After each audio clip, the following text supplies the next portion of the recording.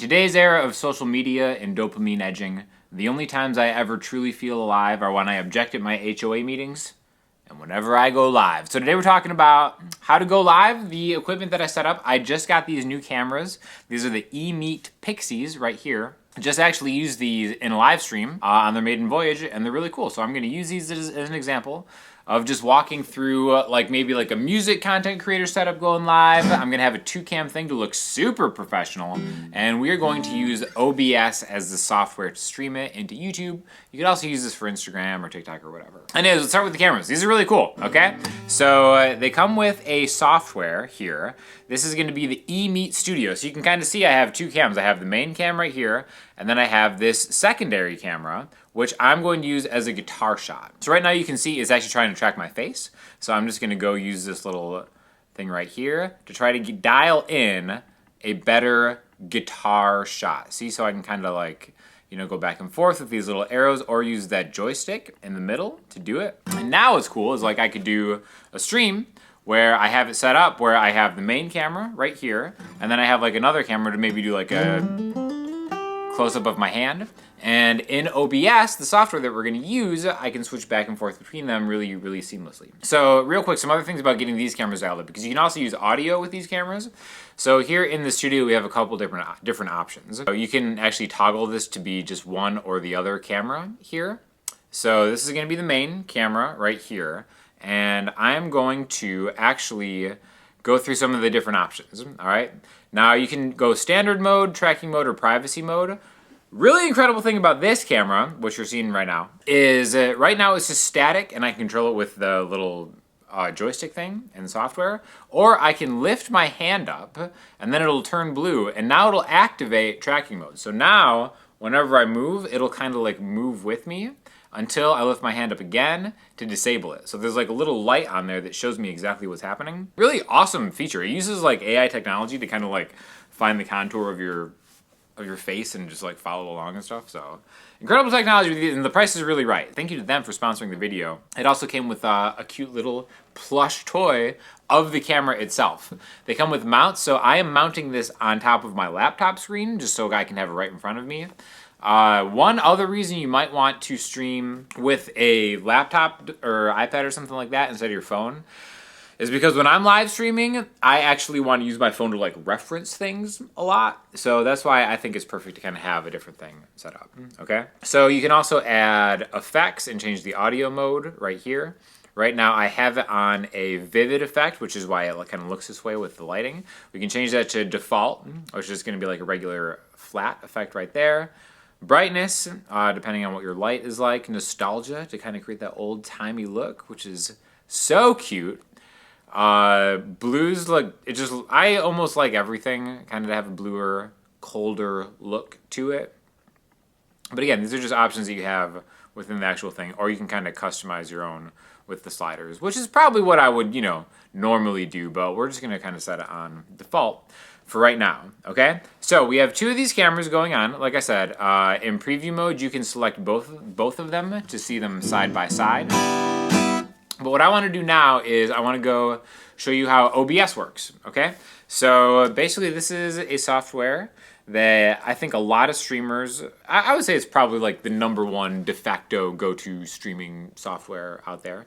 A lot of different ones that you can use. We're just going to set it up to show you how to do this, right? So right now you'll see this is scene 3. I just did a live stream using this. So I have a couple scenes set up. Basically what a scene is, it is going to be what the viewer sees. So we're going to make a brand new scene. I'm going to hit this plus sign right here. We're going to call this Pixy 1, okay?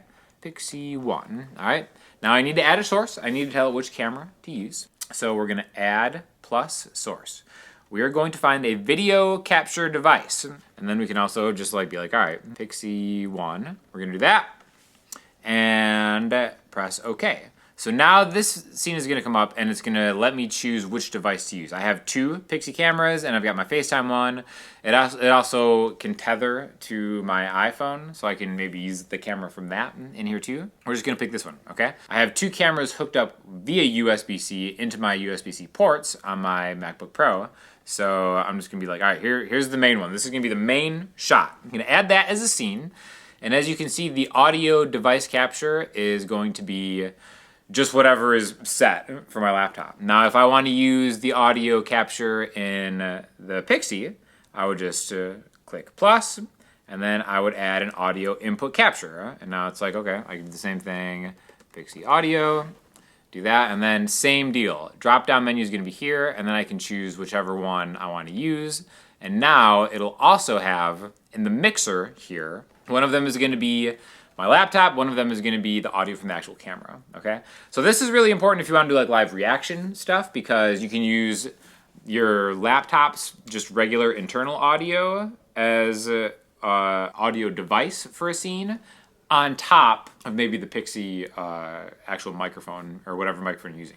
Also, if you're using like an audio interface, if you want to do something like a little higher quality in with like more like guitar inputs or something like that, like maybe like Universal Audio Apollo or Apogee Duet, you can you'll be able to see that in that drop-down menu as the input device to just like an external, you know, A to D DA converter. That'll be the Pixie 1 scene, all right? Now I want to add another one. So this one's going to be called Pixie 2, and this is going to be, actually I'll do this, I'll call this guitar close-up because that makes a little more sense. So brand new scene, need to get a video capture device. That's fine. I could actually call this Pixie 2 here. It'll go to the drop-down menu, and then there's, oh, that's the wrong one. Cool, there's the second one, right? So now I have two of them, okay? I can do the same thing here.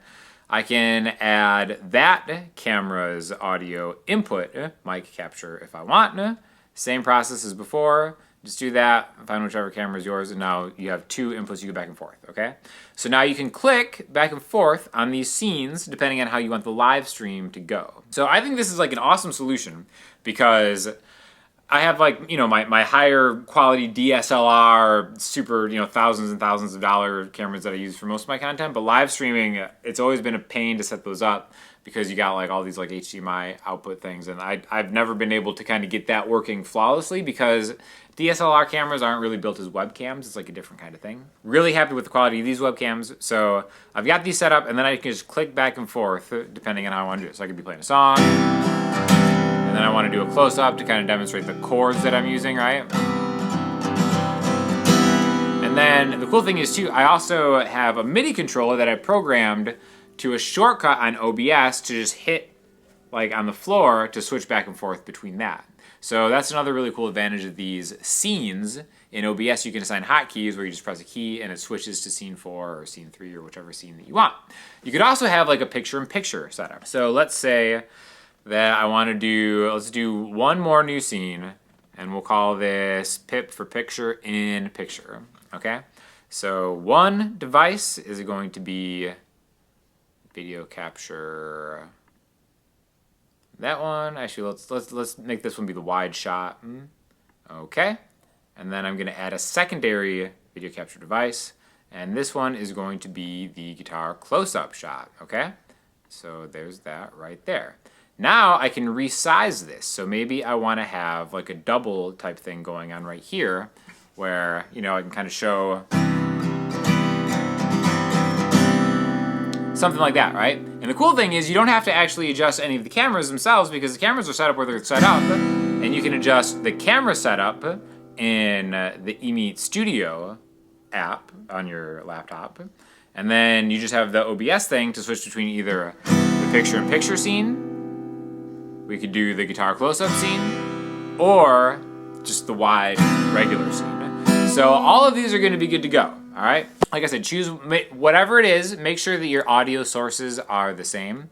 See, right now I have for camera 1 set up to be the mic auxiliary port and the EMEET camera port. For the picture-in-picture, it's still just the mic one. So if you are live streaming and you switch to a scene that doesn't have the same audio settings as another scene, sometimes you might kind of like lose audio for a certain part of your feed. So just make sure that whatever scenes you plan on switching back and forth from, you have the same audio stuff set up for all that, right? So now we have OBS set up and ready to kind of do something, all right? So what you're gonna do is you're gonna want to manage a broadcast. This is gonna be a broadcast, it's like a live stream, right? So you just click this button right here, manage broadcast, and you can select an existing broadcast or create a new broadcast. All right. Now I have this linked with my YouTube studio. Again, this isn't like a YouTube specific video. This is just more just kind of like how to use OBS and stuff. I have only really streamed live on YouTube. I will link you to the video, to a video just going into YouTube specifically, how to just like set up OBS with YouTube and like getting a key, which is really simple to do. It's just a very short video if you want to get into that. But this is going to be generally like once you have this linked to whichever account you're doing, you would just do a new title of whatever, Pixie camera stream. Or just like how to learn, you know, GCD and different things if that's what I'm doing, right? And then I could have like a description here, just like a regular YouTube video would be, or maybe like put a link there if you're trying to like link to like a Patreon or whatever it is. You're gonna wanna have this set to public. Even if you don't wanna start live streaming right away, you still wanna set this to public because it's not gonna start until you tell it to start. Gaming, I'm gonna switch that to music, but again, these are just different genres that you could stream from. So check it out, whatever you want to do. And then you want to say that it's not made for kids. This is another kind of YouTube specific one where it's like, well, it's family friendly content. Like it's fine if kids watch it, right? What that actually means is like, if you say yes, it's made for kids, that means it's made specifically only for kids. This is the same default as if you're uploading a regular YouTube video and not going live. If you say it's made for kids, what it does, it disables comments, so you don't have creepers commenting, and it will only show it to like children. It'll only like serve it. The algorithm will only do that. So if you do want to hit a bigger audience, you're not making just content for kids, like some like Blue's Clues stuff or whatever. Say that it's not made for kids. I think some people get the misconception that means it's like NSFW content or something like that, right? But yeah. You could upload a thumbnail right here if you want, like for what I just did on the live stream here. I just made a quick thumbnail that looks like this to kind of give people an idea of what you're doing instead of just like a whatever screenshot from whatever your camera's doing.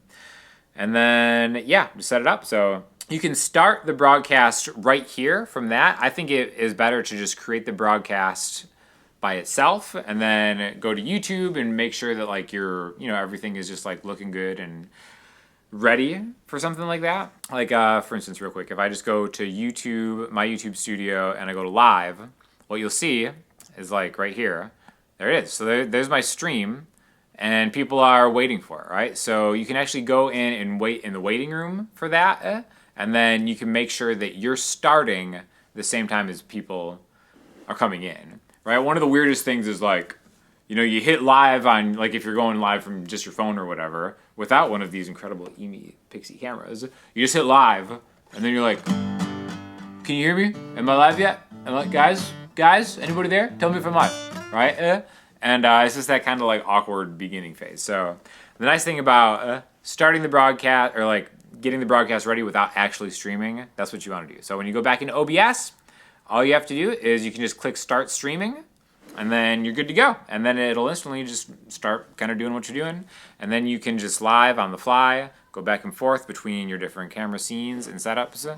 And it just makes it super easy. So again, these cameras are like really, really cool. I specifically really like that you can just like raise your hand up, it'll turn blue, and then all of a sudden like it'll follow your face around like wherever you are. So if you're doing something where you kind of have to move around a lot, that's a pretty sick feature, honestly. So yeah, if you're a musician, I think it always helps to play live and kind of connect with people. Also, I will say from experience, the fastest improvement I ever got from playing guitar was when I was playing live a lot. I was very fortunate that I had like a lot of gigs that I was able to do, and those gigs forced me to practice and get better. Like the biggest improvement, other than being a very, very absolute beginner, in my own musical career was when I started playing live. So I think you can kind of do the same thing on the internet, which is cool. Just playing in front of an audience is something you need to get reps in to be able to do effectively and improve.